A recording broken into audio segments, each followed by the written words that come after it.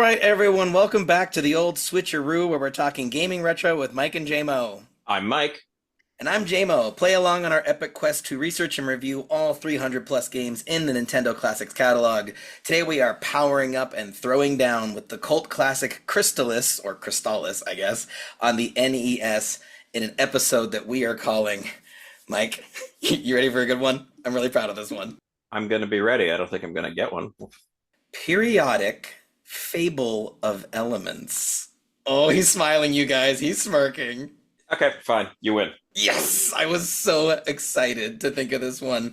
Crystalis is definitely one of the more obscure games we've ever covered, so I think we could use a bona fide wise man who could guide us on our journey. Please welcome to the show Happney from our Discord community. Happney, how's your summer been treating you? Hey friends, pretty good summer. Not gonna lie. Although I am glad school's starting back up. I feel the opposite. So Happney, two things I know about you. One, you have excellent taste in wrestling games. WCW NWO Revenge is an underrated gem. I'm really pulling for you to win the Apricorn Cup over at the Cable Club League. And I also know you're a really devoted family man and father. So I'm curious, has your kids taken to gaming like you did, or are you forcing it on them? Absolutely. My oldest, my 5-year-old, he actually was wandering around with my Switch earlier playing Final Fantasy IX, and I'll have to go hunt for that. The 3-year-old, he likes it, but he needs a lot more help. Yeah. But no, I don't force anything on him but food. I found out, Mike, you remember Chemical Plant from Sonic the Hedgehog 2? Yes. His toddler can beat level 2 of that level, like stage 2, the acid one. That's crazy, right? The last part, at least, yeah. Yeah. Happy, how old was he or how old were they when they beat it? He was about to turn 5. Wow. Okay. Well, listen, little Happy. One day you'll be hearing this, and I'm giving you props from the past. Well, guys, this post-apocalyptic fantasy realm ain't gonna save itself. Are you ready to gather some magical artifacts? Absolutely. Ready, Mike? Not so much, but here we go. Okay. Let's talk about Crystalis on the NES, released in 1990. According to Nintendo Classics, an epic story for RPG fans is ready to unfold. Crystalis is an action role-playing game originally released for the Nintendo Entertainment System in 1990. Set in a world where civilization lies in ruins, the young protagonist awakes from cryogenic sleep, and the adventure begins. Start by collecting the Sword of Wind from the village elder, and equip it from the menus that open when pressing the select button. Then use the B button to charge your sword and release a powerful long-range attack. There are 4 swords and 8 magic spells to collect in all, and even more items and people to help you on your way. So let's take a look at the box art, since that was often people's first impressions. We have the protagonist facing the customer, standing in thick underbrush as he raises his sword against surrounding monsters while a glimmering tower floats in the background. Happney, any feelings about this box art? I love this box art. It just reminds me of like the horrible sci-fi fantasy movies from the 70s and the 80s. Oh. It's just they're so bad that they're good, and it's just chef's kiss. Can't complain about the box art. I think Mike's seen most of those bad sci-fi movies. Yeah, I was actually going to say the kid's look kind of reminds me of the kid from Neverending Story. Atreyu, absolutely. Okay, I could kind of see it. It's kind of growing on me, as you guys describe it that way. I don't love this. I feel like it's kind of everything's a wash in brown and green. Like I don't know. Maybe I'm being too nitpicky. The more I look, the more I realize there's things in there. Like, Yeah, I'm just noticing the 2 enemies in the background. because you thought the golem was a tree. It just kind of actually, It's actually oh, 3 in the background, and then the werewolf. I have entirely misinterpreted a lot of what I'm looking at now. Okay, I think this is a mark of a bad cover, and I'm going to stick to that, which is because of how things are positioned and just that it's busy in all kind of the same colors.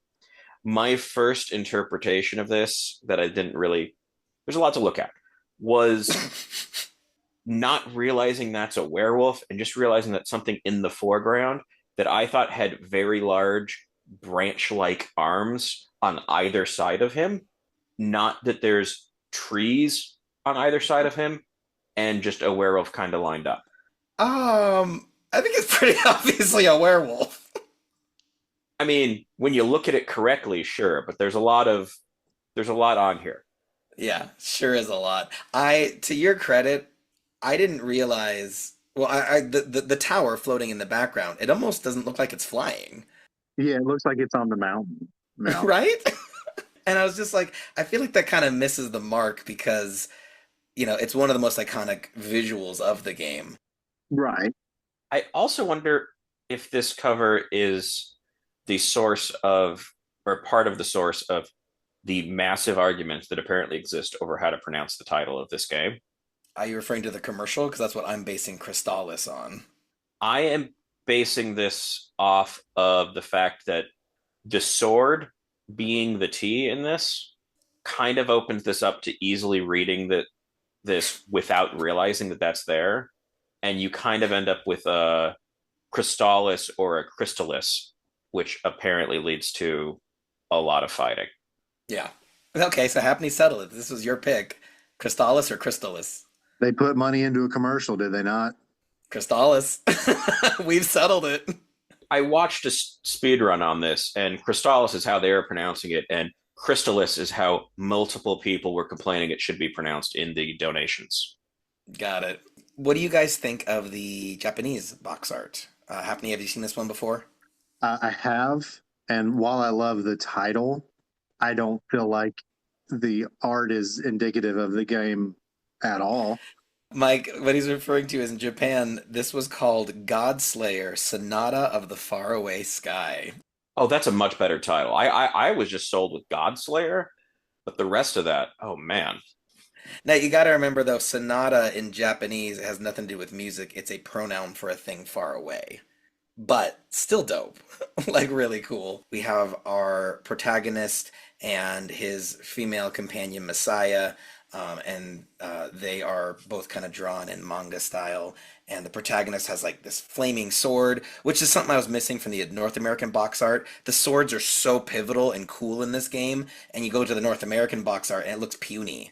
But this one, it's the sword of fire. It's encased in fire. There's the silhouettes of a monster army in the background. The tower is floating in the distance. Pretty sick. I think Japanese box art takes it for sure.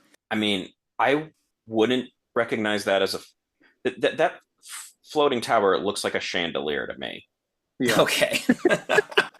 we know what it is because we played the game. Yeah, between that and the monster army has very strong, like, Scooby-Doo villain style to it there. Like The Grim Reaper blobs, yeah. Yeah, like there's the ice cream monsters in one of the Scooby-Doo episodes or something that kind of feel like they have a similar feel to them. And then as a hero, he seems a lot older in this, between this and the American cover. So this game was directed by Kazuto Kono, who also worked on SNK, Arcade Brawler, POW, Prisoners of War, and Lee Trevino's Fighting Golf for the NES, the game whose greatest legacy is arguably inspiring. Which Simpsons joke, Mike? Fighting golf? Lee Caravello's Putting Challenge. Okay. Remember that one? Yes, I didn't know that part's a joke. I just presumed that was a real game. No. Have you seen The Simpsons happening? I'm not familiar with that episode. It's the episode where Bart wants Bone Storm, and so he steals a copy, and then I think Marge kind of goes like, "Oh, I've asked what the game all the kids want is," and he gets this putting challenge thing, and the end credits bit is putting and hitting it at max power into the parking lot and breaking a windshield. And it's like, would you like to play again? You have selected no. That's also the Simpsons episode with the Sonic cameo where he imagines Sonic encouraging him to steal the game. It's also the one where Milhouse gets the game and it's just like, this is the best game ever, and the only thing I've done is enter my name, and because it doesn't have enough spaces, his name is Thrillhow. That's too good. Well, I got some trivia for you guys since knowledge is Nintendo power. Crystalis was heavily inspired by the Studio Ghibli films of the mid 80s, most notably Castle in the Sky from 1986, and most blatantly Hayao Miyazaki's 1984 post apocalyptic Nausicaa Valley of the Wind. Happney, have you seen these anime? Are you familiar with them? Ooh, no, that's too deep in the repertoire for me. I'm definitely surface anime fan. I've also not seen these. I've seen a couple. Mike, have you messed with Ghibli? Yeah, I think I own both of those. Okay. I think, but I've definitely seen both of them. The Castle in the Sky inspiration is pretty obvious with the floating tower being a pivotal central plot point of this game, but like the boss of level 1, the giant bug, it's an ohm from Nausicaa. Like Oh yeah, that's I was gonna say, even I think it's been a while since I've seen Castle in the Sky, but Castle in the Sky does kind of have this fantasy world where there's technology that is almost viewed as on a magic level in a sense, which I think is similar to the backstory on this. I think is like technology destroys the world, so now technology is a weird kind of magic that's forbidden. So there's thematic things there as well. it's a really interesting inversion because it's like, for a lot of Christian society, magic is this evil thing you must not tap into.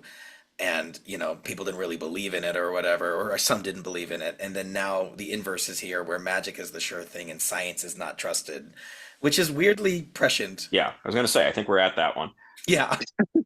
I've seen this episode before. It doesn't end well. Yeah, it almost touches because there is the quote of any sufficiently advanced technology is indistinguishable from magic. In the game it says that. No, it is Arthur C. Clarke. Oh, right. Or as Thor said, you called it science, my people called it magic. I come from a place where they're one and the same. Oh, so good. Yeah, So the game features a nod to SNK arcade platformer Psycho Soldier. Happney, do you recall? I know you're kind of a Crystalis expert. Do you recall the strongest type of shield and armor you can find?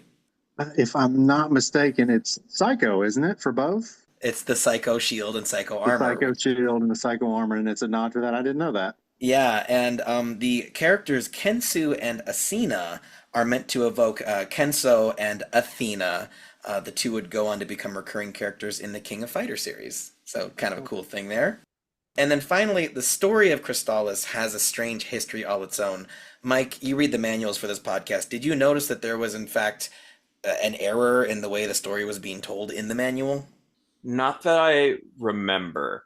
I think all that stuck with me out of the manual is knowing that apparently 1997 is when this all goes down. Yeah. So in the opening cutscene, it's revealed that after a cataclysmic nuclear war, a flying tower was created to house a supercomputer that would stand in judgment of humanity upon activation and deem them as either worthy of saving or deserving of extinction in order to prevent another environmental collapse. What a cool concept! Right, what a concept, as they would say. This feels far too close to something that someone's going to do and be like, say we solved the environment with AI. Right. Oh, it has SpaceX written on the bottom of it. So the supercomputer is even the final boss of the game, not the evil emperor, which I loved as a twist. Oh yeah, full spoilers, I guess. I think most people know that though. The manual, however, states that the tower and supercomputer were created by the antagonist purely as weapons to rule over humanity, which is a lot less interesting, I would argue. Would you agree? Yeah, I thought it was a neat concept. To me, it should have taken place in 1984 if we're going to go with the floating tower Big Brother concept. But I guess 97 was a distant space future for them. Yeah, I gotta appreciate that they thought the whole world was basically going to be doomed in 7 years. Yes. Like you look at the turnaround time on things where it's like how long until everything goes downhill, and you get a lot where it's like 1984 was 30 years out from when it was written. I think 25 or 30. To be like in under a decade we're all doomed is pessimistic for 1990. Mike, we got to finish the Nintendo Classics catalog before that happens. We got to start jamming. So this will piss you guys off. When the game was ported to the Game Boy Color in 2000, the ending of the game was rewritten and the boss order changed to make the old NES manual retroactively correct. The tower and supercomputer are just baddies and you need to stop them. What the heck? Oh, so wait, so for my clarification. So the error here is the manual says one thing, but the end of the game or reveals it as differently? The beginning of the game and the end. Okay. The game completely contradicts its own manual, but then when it was ported to Game Boy Color, they changed the ending of the game to match the original NES manual. Does it match the beginning of the game now, or Yeah. That makes some things make way more sense. After I finished playing the game this week, I went and watched some different runs and read some different walkthroughs, and I was getting different data on the two final boss fights. And I'm like, there's no consistency here. It's very confusing. Oh, that makes way more sense. That reminds me of my wife and I saw Anchorman 2, and we didn't realize it was the director's cut that had like 480 new jokes, and so the movie was different, and our brains broke because we're like, we saw this movie, and every scene is different. What's happening? I remember having vaguely that with Harold and Kumar 3. Right, because you saw it pre 3D. I saw it pre 3D, but I saw it with there's a whole arc that they cut from what I saw and replaced with a different arc. Are you allowed to be talking about this? Didn't you sign an NDA? I'm not saying what. I'm just saying they changed things, and I think that expires when the movie's out. All right. Did you like the cut version better? It was just that it was just different. It was like this thing, like where the heck? This is not what I remembered at all. So, before we get into the Joy Pros and Joy Cons, what is our history with Crystalis, and how far do we make it through the game? Happney, why'd you pick this game, and what's your history with it? So I giggle every time you call me an expert because I've literally only known about this game for like 18 months. uh, I started playing it last summer, shortly after I discovered your guys' podcast, and I was kind of doing the same thing on my own. So, like I told you earlier, it's kind of nice to find my tribe, somebody that's doing something I was doing. Was just going through the catalog myself, and this one when I came across it, I was like, oh man, this is so fun. I've never heard of this. I've never heard anybody talk about it. And while it has some definite quality of life, the opposite of quality of life things wrong with it, for the most part, it's a gem. I thoroughly enjoyed it. But yeah, I started playing it last summer. I picked it up then, and then it's a game though, but it's like once you put it down, it's hard to pick back up that save file. It's easier to just start it over, which I've started over this game 3 times in the last 18 months. I'm getting emotional because I'm pretty sure, Mike, this is our first guest who is talking about a game they played kind of because of us. Like, that's sick. Or at least concurrent with. No, it's because of us. I'll give you that one. I'll give you that one. You can have it. So, more importantly, Nintendo, did you beat this game? I'm going to answer this in 2 parts. Okay. So whenever I play a game, I try as hard as I can to not rewind. Okay. And see how far I can get without using the rewind and all this extra save state. Well, I use the save states because some of the Nintendo save states are funky, but I tried to not rewind. So without rewinding, I made it to the second General Kobask fight, and I could not beat him without rewinding. However, once I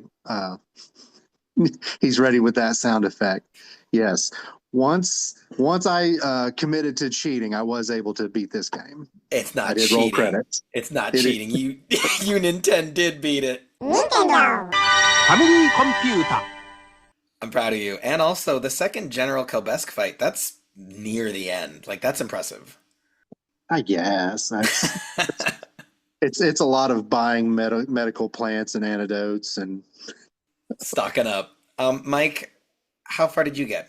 So I had not heard of this game at all before, so really didn't know what to expect out of this. World map wise, it reminds me a lot of like Zelda 2 in terms of like your checkpoints are reaching the different towns. I got to, I guess, somewhere between the second and third town. I guess I reached a third town, but it feels like it doesn't count. and I reached a point where I have no idea what to do. I think I've gone everywhere I can go. Oh yeah. And up until watching a speedrun before this, was still just confused at a couple hours in, but it's like I don't know what to do. There's a house that when I go to it was told me to go to a village. I went to the village, talked to everyone there, went back to the house. The house told me to go to the village. Went to another village that I can't talk to anybody in. Apparently, I learned in the speed run, this game has weird issues with like the actions you have to do to advance things not at all being clear. So apparently the house that I've been to multiple times that keeps telling me go to a particular village, and then I go to that village and then nothing happens, needed me to go to the village in the forest where I can't communicate with anyone, and then go back and then I'd be able to advance the story, which is not at all clear. And so that is where I stopped, because it's like I've gone to everything, and I apparently just didn't go to everything and have nothing happen in the right order. Yeah. Yeah, thankfully Happney warned me about that. So I've been Mike's RPGcenter.com has been like my social media for the last couple of weeks, because it has. Are you familiar with this site, Happney? Yes, he has the best version of a walkthrough. It's amazing. For the most part, it's definitely the most thorough and expansive. But you know what I like about his walkthroughs, Happney, is that it's just a bullet list of telling you what to do. It doesn't tell you exactly what to do. It just tells you what to accomplish next. And so I still felt like I was playing the game, you know? Oh yeah, and the hyperlinks between too. So it's like, what do you mean the ring of power? And then you click it and you jump to it, like, oh, it's here, and then you can hit back. Absolutely. I also try to play without walkthroughs, but this game you'd be playing for months and months and months, because like Mike said, you have to accidentally do the same thing you've done 4 times in the wrong order. Yeah, I was gonna say you'll be playing for about 2 hours if you're not doing this with walkthroughs, because that's about Oh the point where yeah, you go, I watched your Twitch stream much after you did it, and I was like, oh, you poor thing, you're not using a walkthrough at all, are you? You poor sap. It's like, oh, I have to stumble upon this statue in the grass that nobody told me it was in the grass. Okay, great. that at least I found. Okay. Yeah. See, you got some chops, Mike. So, through moderate use of the rewind feature, honestly, I didn't abuse it as much as I normally have to, which I think is a credit to this game. I think the combat's good. We'll get to that in a second. But through moderate use of the rewind feature and egregious use of Mike's RPGcenter.com, I did beat Crystalis. ファミリーコンピュータ Well done. Thank you. And I did it exactly in 10 hours and 0 minutes. I don't know why I think I deserve some kind of recognition for that, but that's interesting, right? That is interestingly very nearly exactly 10 times the speed run on this, I believe. Oh yeah. When I heard the speed run was under an hour, I was like, how? Ooh, I watched an older video. So at that time, when Games Done Quick did this, I watched 2 people race it, and they both finished in just a couple minutes over an hour. Wow. I thought the one I found was like 54 minutes, but I could be wrong. My short-term memory is atrocious. So, but yeah, it's around an hour, and I don't see how. A lot of tricks. It's got to be a lot of trickery to get it done that fast. So Happney, you picked this game, and I was kind of hoping you could start our conversation on the joy pros of the game. You said it's a gem. I like it too. What makes it good? So I think starting off, I'm a huge Zelda fan. I love the original. I played it as a small child. I did not beat it as a small child. I don't think I've beat it as an adult, honestly. And I feel like this was SNK's answer for the original Zelda, because Link was not. While it is debatably a good game, bad game, whatever you say, it's not an answer for Zelda. And I feel like that's what SNK was trying to quench that thirst before A Link to the Past came out. The advantages it has over Zelda, starting off, is your character's speed. I have never played an RPG where your character moves in all 8 directions that fast. So I love the speed in which he plays. I felt like, to be 1990, the item system was pretty good, and the powering up of your weapons, very enjoyable. I love that every sword had 3 tiers. I liked the magic. You had a good magic system. You weren't a party player. You had just yourself, and you could do magic. And it's not a hack and slash, but I like the action RPG. Sometimes it's a nice break from the turn-based RPG. I was also struck by the speed of this thing. Like, it controls so much better than Zelda NES. I don't know if this is blasphemous to say, and I'd have to go back and recheck it, but in my mind, it played better than even Link to the Past, the SNES Zelda. There's just something about the way the protagonist moves, the fact that you can strafe while charging up and holding down your attack so you can keep facing your enemy while you kind of back up. That little difference makes it feel like actual combat to me. And the fact that it was running this quickly on such old hardware, I was actually kind of impressed by it. Mike, did you like how it moved? I think how the character moved was all right. I think this gets adjacent to things like, we try not to rush this, but it's hard to view how it moved without having to think about how like hitboxes were interacting. Yeah. Which I was highly underwhelmed by. Okay. I was saving that for the Joy-Cons. Yeah. So it's hard to kind of be like, well, what do you think about this? Like, well, there's two very key parts that it's hard to separate out for me. I get it. You're dipping into some Joy-Con territory. Right, but when you're making your way through this very expansive world map that is not telling you where to go, it's nice that you can cover ground. Yes. And you can get away from the 7 enemies that surround you when you weren't prepared for them. Although you should be, because they spawn in the same place, but still. Yeah. They spawn in the same place. I feel like their behavior is pretty predictable in a way that made it kind of fun to grind, I thought. And, you said the ease of getting around the map. I love that not only does the character move that quickly, but you also unlock fast travel through the magic spells pretty early on. Teleport is not something I had to wait very long for, and that you can use it anywhere, even in the middle of a level. You can dip out and get back to town anytime you want. Like, that's pretty good. That's pretty, like, on the player's side in a way that I feel like Zelda sometimes didn't do so well. So let me ask you this. When you warped, which town did you warp to? The last one that Mike's RPG Center had me go to. Oh. Why? Because I don't know if you noticed, but the inn, every time you advance to a new level, a new town, the inn price goes up. Right. So you got to warp back to like Bryn Mawr. So you're paying $20 to recharge your health and magic instead of 500 at Goa or Sahara. This might be why Jackie handles my finances, but it never occurred to me to teleport to the cheap town because your rest is just as good.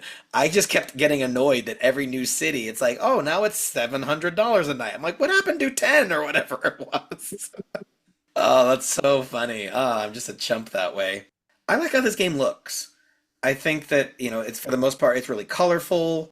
There's like some depth of field to some of the shots. The characters have these really thick black outlines. Like, I think comparing it to Zelda on the NES, and yes, this was years later, but it's kind of starkly better, Happney. Would you agree? Visually than Zelda? Absolutely. Yeah. But it also had 5 years to advance. Yeah. I believe, what, Zelda 85? But yes. But it's really cool to see like what you can get out of a system. The same hardware 5 years later, this is what devs are pulling off. Kind of a huge leap, I think. I mean, it's not really the same hardware. Oh, because it's running off the cartridge? Yeah. Yeah, that's a good point. Yeah, I guess I'm thinking of it in modern term. But design-wise, yeah, absolutely. I felt like it was definitely closer to a Super Nintendo game, for sure. It feels really impressive for 8-bits. There's all these little effects I really like. The way that when you kill an enemy with the water sword, they like explode into drops. And I love when you're charging up your attacks in this game. Mike, is it protons or electrons that orbit the nucleus of an atom? Electrons. So like there's this cool effect where like energy kind of swirls around you almost like an electron circling an atom. Still images just don't do this game justice. I think the way that it moves is one of the most impressive things about it. Mike, what'd you think of the music? You've been enjoying some of the soundtracks from games we've covered recently. You like the music, right? I'm gonna be honest, on this one, I can't remember any of the music. Oh no, Happney. So, to my own detriment, playing this game early on, I don't usually have the music on. It's one of those things of trying to keep those kids asleep. You just be as quiet as you can. So I would usually play with it off, And then I found out later on that I was actually making it more difficult on myself because of that mechanic where if your sword wasn't powerful enough to kill an enemy, it made a tink sound. Yes. So when I started playing with the volume, because I needed to hear if I was doing damage or not, I actually did enjoy most of the music in the game. Like my test for good game music is that if I unplug the headphones. By the way, Happney, you know they make headphones, right? Like, can I mail you some headphones so you can hear your games?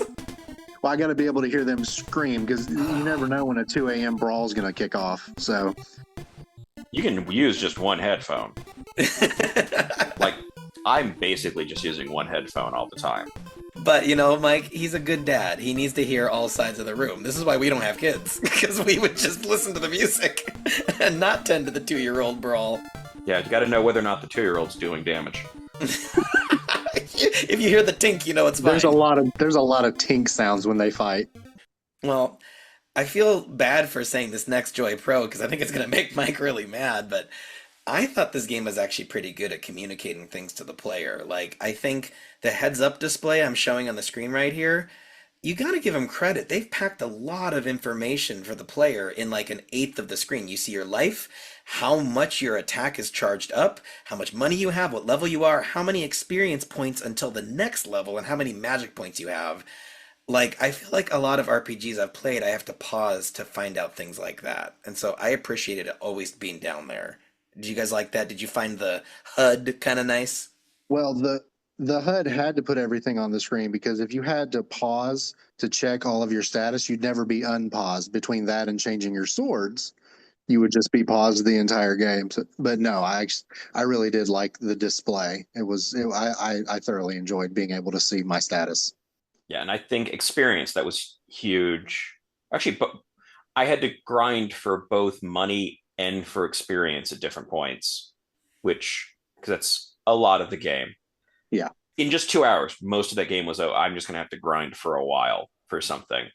And it being there was very helpful because it meant it was real quick to figure out, like, oh, this is how much these are doing.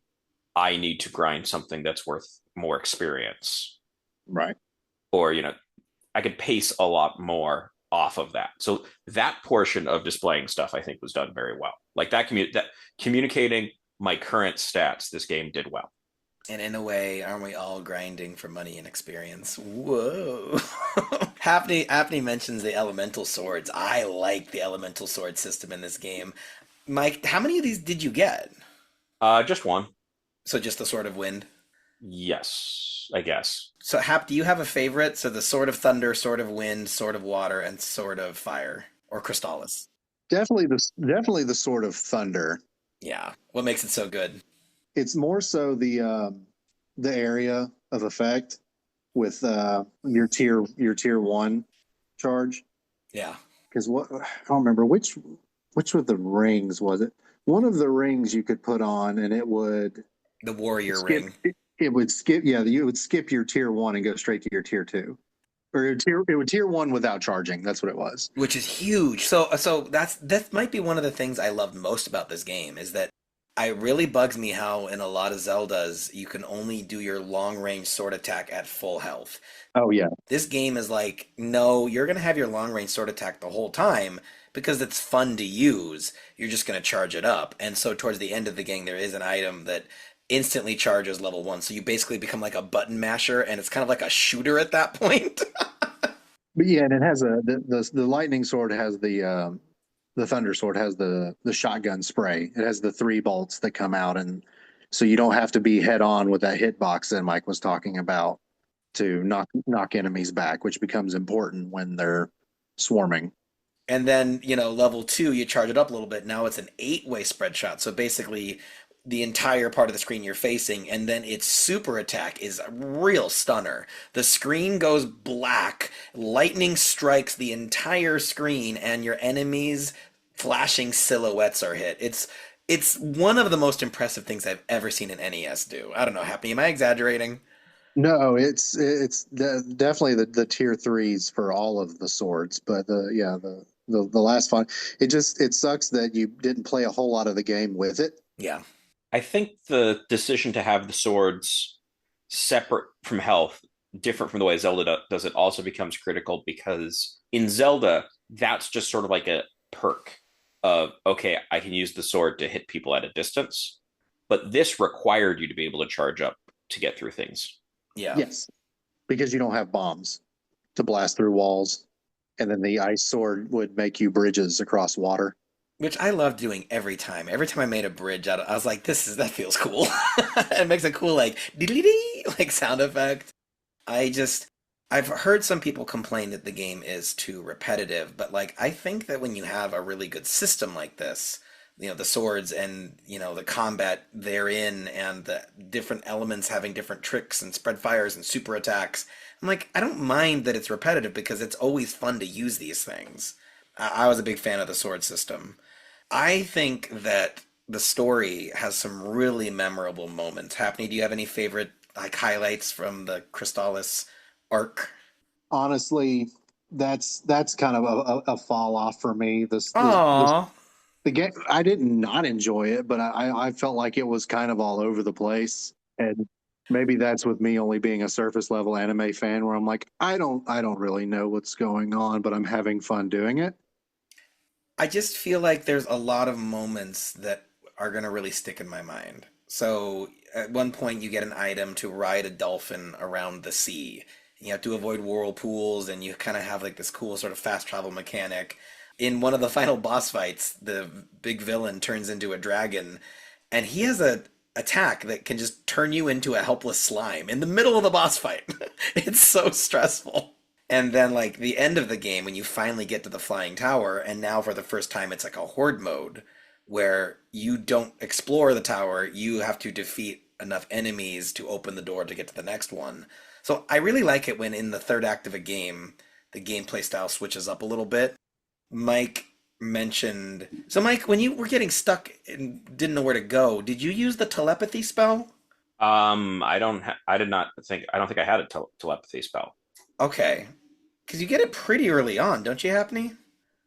Yeah, it's let's see, it's revive, and then I think it's the fourth spell that you get. But let me just step in here. I misunderstood your question. I thought you just meant the story itself. Oh, Was there anything memorable from the story itself, not the actual gameplay? yeah.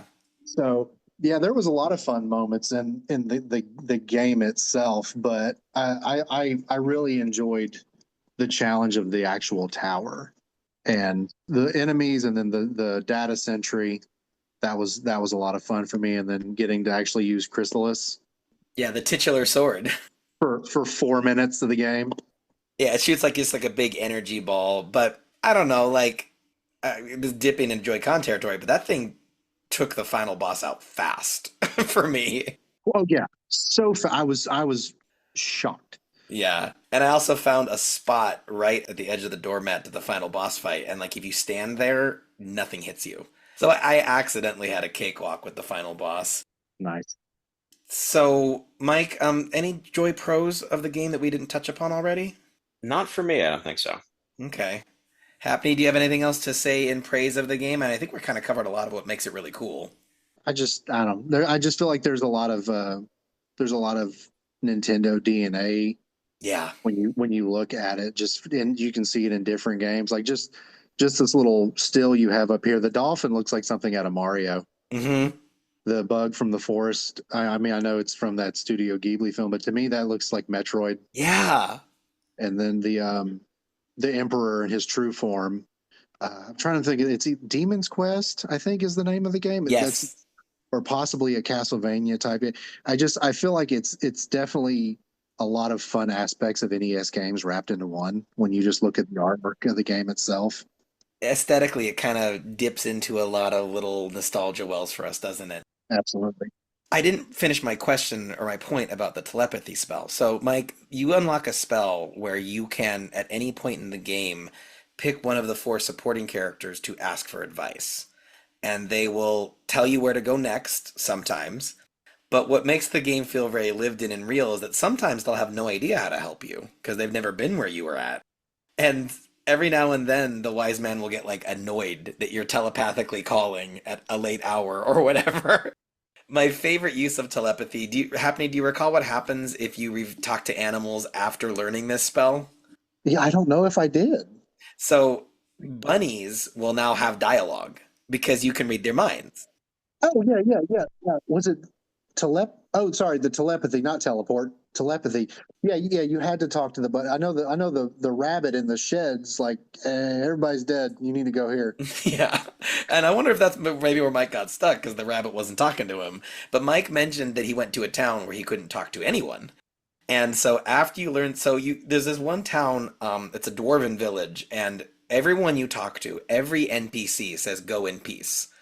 But after learning telepathy, you find out they're saying really hateful stuff about humans. And like, I don't know if you guys can relate to that feeling of like you walk past someone who's speaking a language you don't, and you have that irrational fear that they're saying bad things about you. This was that nightmare come to life for me. They definitely were. There was just a thing, the show Homeland, I think, Okay. had hired people to write graffiti, that they needed Arabic graffiti on the set. Okay. And the people that they hired basically wrote stuff talking about apparently how racist the show Homeland is. Oh my. Fantastic. And nobody knew that they did that because nobody on set knew Arabic, and I think it aired that way. Oh my gosh. That is the best of my understanding to a headline I saw today. So that may or may not be accurate, but it is relevant in the way that I have remembered it. And the fact that they wouldn't have hired anybody for quality control on that is just fantastic. Mike, now you're a 2025 podcast. You're like, this is my truth. This is my. I just really think that Crystalis, it's impressive to play. It feels very lived in. I really liked it. Oh, I am adding a thing I remembered now that I did like with the dialogue stuff, which was on this, to talk to people, you just kind of walked into them. Yeah. And that you didn't have to like line up correctly and hit a button. Yeah. That's a Joy Pro for you.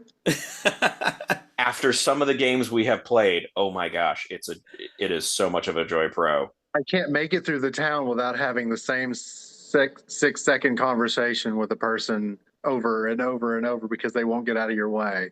There's a little bit of that, but having to chase people down and because people are moving and they won't interact right, and it's like, why'd you try to talk to empty air? It's like, because there was a person there when I hit that button.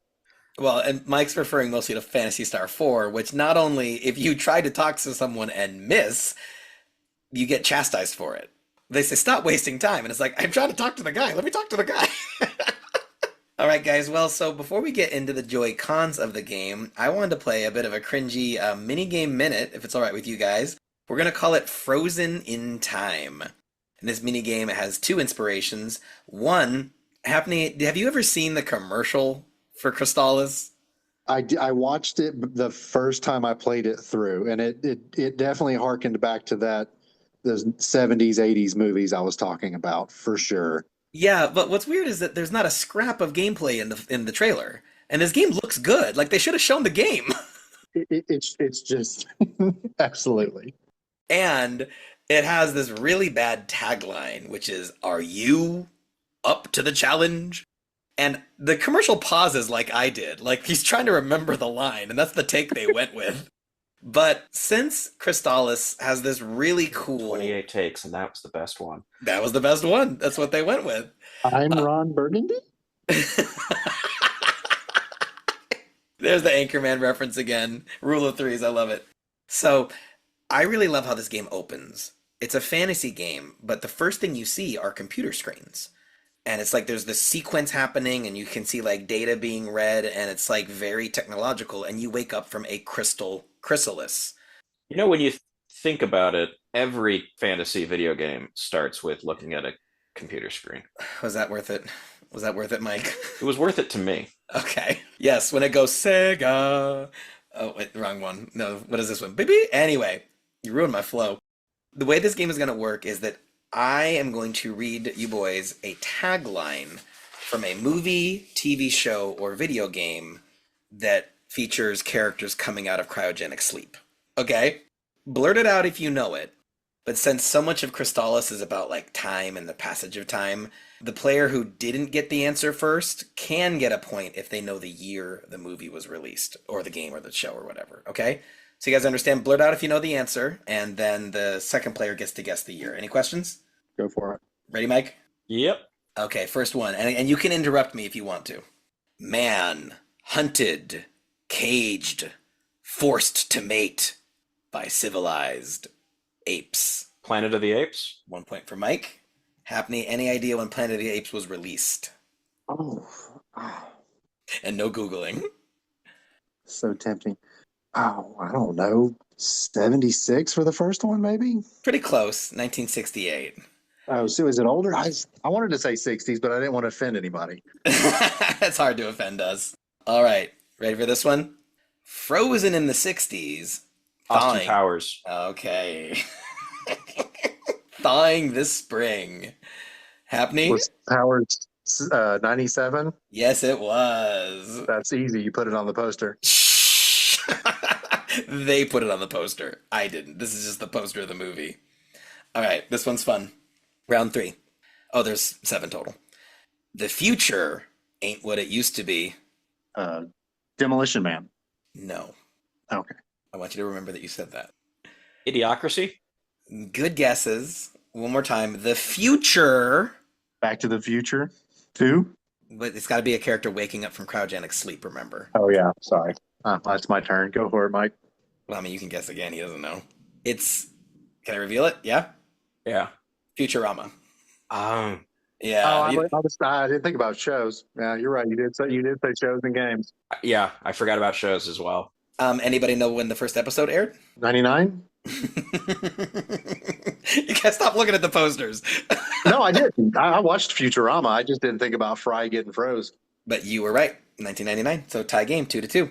All right. The 21st century's most dangerous cop. The 21st century's most Demolition Man. There we go. Mike, year of release? I have no idea on this. Take a wild stab. 89. Pretty close, 93. All right, Happney pulls into the lead. This one, I don't think it's really thought of as having a tagline. There's 2. I'll read you the first one. The world deserves a better ending. That's a good tagline, huh? The world deserves a better ending. Or the tagline that I think makes it easier to guess, get wasted. Get wasted. Going once. Going twice. Yeah, I got nothing. Fallout, any of you guys know when the show was released?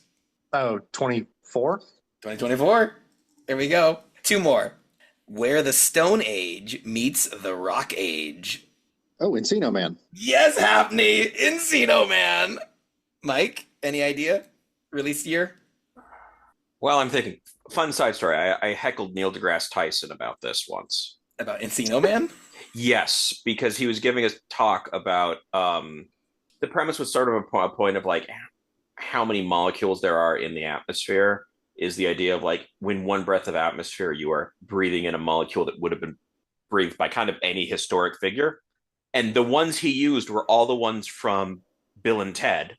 And then he's like, does anyone know why I picked these ones? And like, people are like, yeah, Bill and Ted said, yeah. And he kind of gives a quick summary of that. But he says that Bill and Ted takes place in Encino. Oh. And I did yell San Dimas. Yeah. I bet you the crowd was on your side, huh? Yeah. Because I mean, if anyone's going to appreciate pedantically correcting someone, it should be Neil deGrasse Tyson. I am going to guess 1986. 1992. Yeah. Pauly Shore was a wee child in 86. Right, I forgot he's in that. Encino Man has never been on my radar. Like, I've seen it once. Okay. Stop weaving on my grindage, Mike. If he's seen it once, it was briefly on his radar. No, it was below the radar. I have more than just radar. I also have sonar. That covers the lower stuff. Okay. Well, last one. Happney's walking away with this one. But just for Riri and Butch and Derek, this one is an unofficial tagline. Open your eyes. I know it, Mike. Do you? Nope. Happney? You play anything more modern on the Switch? I think he's going to wait till we get to this game in like 15 years. Oh. it's it's either Breath of the Wild or Tears of the Kingdom. I can't remember which. It's Breath of the Wild. That game begins with Link awakening from like thousands of years of slumber. Okay, well, Happney wins it handily with the 5 points. That was fun, you guys. Let's get back to our discussion of Crystalis and wrap it up with the Joy-Cons. So, Mike, you had a rough time. What else did you not like about the game? Checking the list. Oh yeah, It's a long one. I don't know how to use items. It's a little, yeah. I selected items. I thought I hit buttons. Items didn't seem to do anything. Like I tried to, because I picked up stuff for being poisoned and stuff, and I could not get it to trigger. Yeah, sometimes you have to, sometimes they activate with the B button and sometimes the A button. It's not consistent, but I never had a situation where I just couldn't use it. Did that ever happen to you, Happney? No, although I do feel like almost any time I went to use it, I hit the wrong button first. Yeah. I don't know if you had magic equipped at the same time as an item, if A just didn't work or what. But yeah, I didn't like that it wasn't very intuitive of what the items did. It's like antidote cures poison, lime is petrification, and things like that. But it's like it doesn't tell you that when at the shop. It's just like medical herb, antidote, plant, ring. It's like, Yeah, at least the manual did have like a listing of all of it. Yeah. It's one of those games. did it say what they did though? Yeah, it had like a page on each of like these are the different. Each category of items had like a page. Oh well. It even includes the quest items, like, oh, you're going to use this to calm the angry sea. So, like, that was surprisingly thorough, but I get what Happney's saying. It's like, I don't know what a fruit of repune is. It's a fruit that punes again. There you go. Yeah, I think not the description part of it, which is just always an issue. And I think with a lot of these where they expected you to have the manual handy, and so they just didn't bother. Like, as far as things go, like at least these were like full words, which is better than some games have been. Yeah, that's fair. I don't hold it against it. It's definitely not one of my Joy-Cons. It was just definitely something that wasn't a pro either.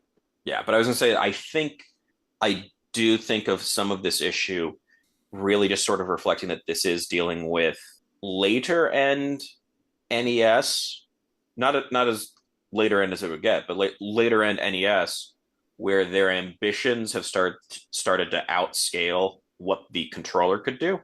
Right. Because this is that kind of deal where you're like, oh, if this had other additional buttons, a lot of this would be a lot less frustrating.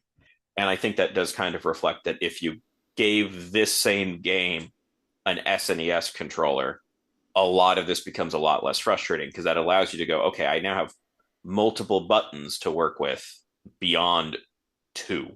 Yeah. It would have been amazing if, like, you could use the trigger buttons to change to your elemental sword. Oh, absolutely. Yeah. Because Happney, why would that be nice? Because you'll be in a small quarter and then you'll be fighting 2 wyverns and a one-eyed spider, and one of them's not damaged by fire and the other one's not damaged by wind. And so you're dodging 2 while trying to kill the other, and then you have to change swords. And it's annoying because to use the long-range powered-up magic, you have to also equip the right bracelet or power ball. And you can't mix and match. Like, I can't use the fire sword with the thunderball. That would have been cool. That would have been a really neat mechanic. But all it does is that if you have the wrong bracelet equipped, now you're limited to your level 1 attack. And so essentially, you are changing swords a lot, which means that in the middle of combat, you are seeing that menu, and you're having to equip your sword and your bracelet, or in other words, like 4 extra clicks that were totally unnecessary. Like, that kind of grated at me after a while. And yeah, I don't know. I just kind of feel like the bosses are kind of underwhelming a little bit. Like, I kind of feel like they blew their budget on that first giant bug fight because nothing's really that cool again until the end of the game.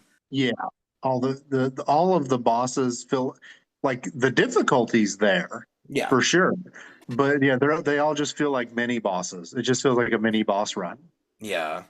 And then the final boss, like I said. Yeah, Dinah, I loved it. It was a whole stage. I loved it. And that's really cool too, because like the perspective for the final boss, it's unlike any other room in the rest of the game because it's like over the shoulder kind of. Like you're seeing down into the room itself, and I just love anytime a boss fight really sticks in my mind. I think this one's going to. To me, that fight could have definitely been longer.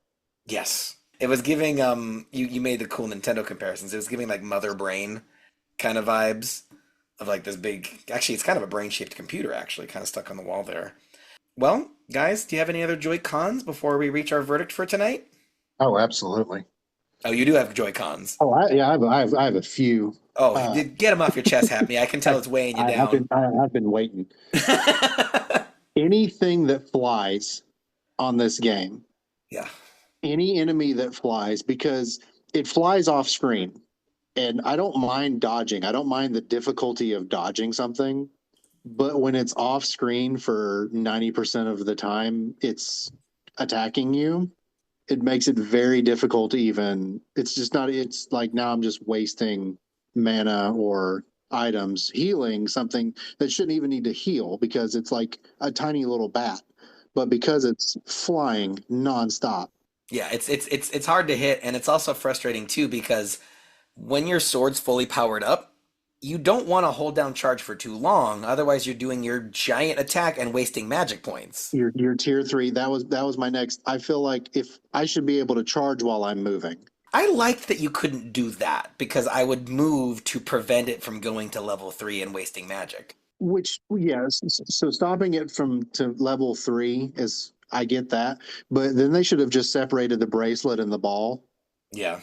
So it's like if I only want my sword to go up to level 2, I should be able to have that option, so I'm not wasting magic. Just because it takes so long to charge your sword, and when you're running from 3 enemies that hurl projectiles and then something that flies, it's just I get it. It's a Nintendo game and it's difficult. It's just it was a qualm for me that wasn't necessary. Yeah. But I mean, if it's a designer's choice, then that's fine. I didn't enjoy it. The hitbox that Mike was talking about, where it's like you should have been facing that way to attack with your sword, but for some reason you were not. Yeah, and it also has like some sprite tearing sometimes. Like it's not perfect. Was there a way to see the invisible enemies? There was this one cave or a couple of caves where you'd see their shadow on the ground. I don't know what that is, and I couldn't even find it in the bestiary. Right? Like I was like, what is that? It's just a hole in the ground that you can't attack. I thought it was an invisible enemy and I would get glasses and then be able to see them later. That's what it felt like. I don't know. I just ran or flew. Okay.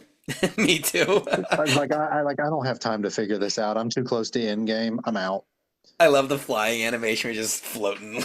I don't know. And I mean, I'm dipping back into Joy Pros, but like I like the flying, the hopping. Like anytime I'm on a dolphin, and this game kind of felt like it had dynamic movement. And again, it moves so well. But stop being positive, Jeremy. I do sort of appreciate that when your life is fairly low, your life bar looks like a text lightsaber. Mike is grasping for pros here. Anything else to complain about, you guys? Just one, and I'm done. I promise. No, take your time. I want to hear it.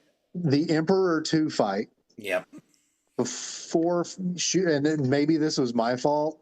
It took me 2 hours to figure out that I had to shoot him with the bow of truth to get him in his final form. Yeah. So I'm just attacking the Emperor 2, and it's not a fight you can win. Correct. And I'm like, I'm not even doing damage to him, but sometimes it makes the tink sound and sometimes it doesn't.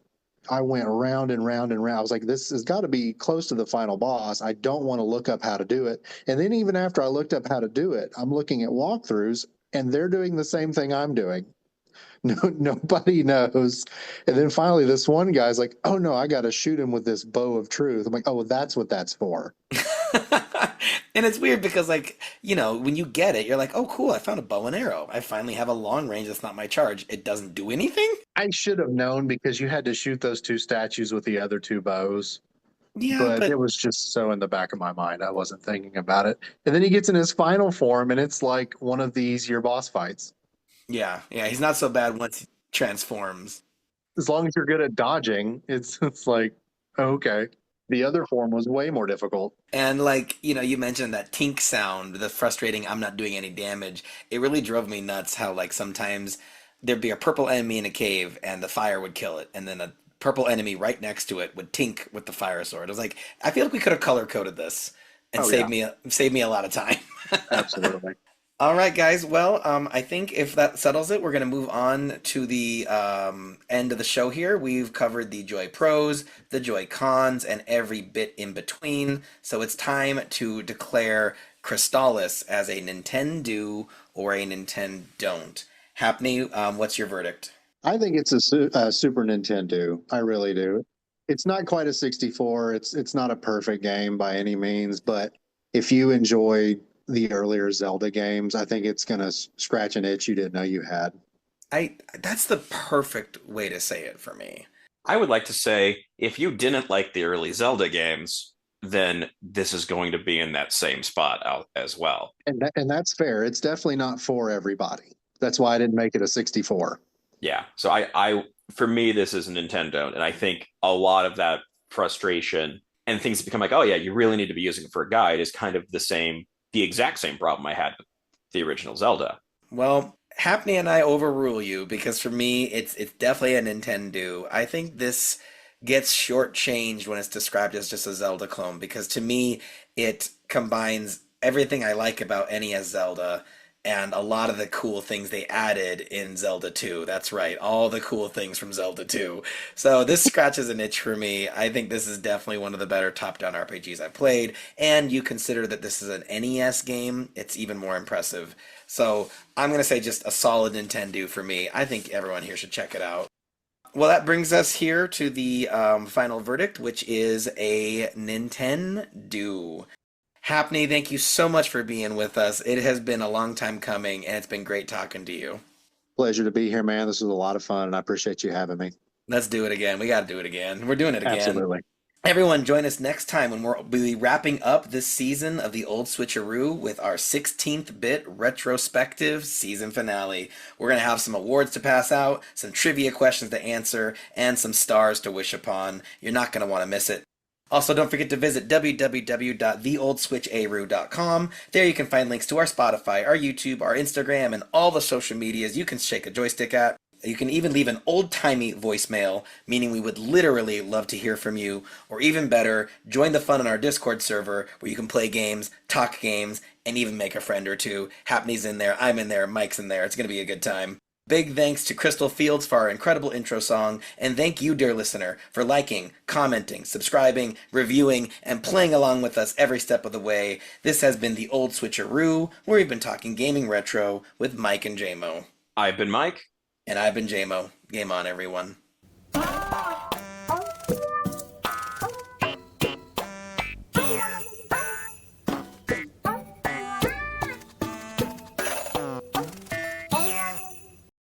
This is the most interested my dad's ever going to have been in the podcast because I have a train story now. What capacity did you work for Norfolk Pacific? I was a conductor. Did I say it wrong, Mike? Actually, it's Norfolk Pacific now. Yeah, Mike. Oh, okay. Not technically, but yeah, Norfolk just got bought out by Union Pacific, so we don't know what they're going to do with it. It's only going to be Norfolk Pacific if it's being named by the same people that are now naming college football conferences. That was a sports joke that I did not get. The Pac-12 has 2 teams in it. Yeah. Berkeley is in the Atlantic. NFL is just as bad though. Dallas is in the NFC East. Oh, I can't stand the NFC East. I don't know what that is. I'm not your tribe when it comes to sports. I got nothing. That's okay.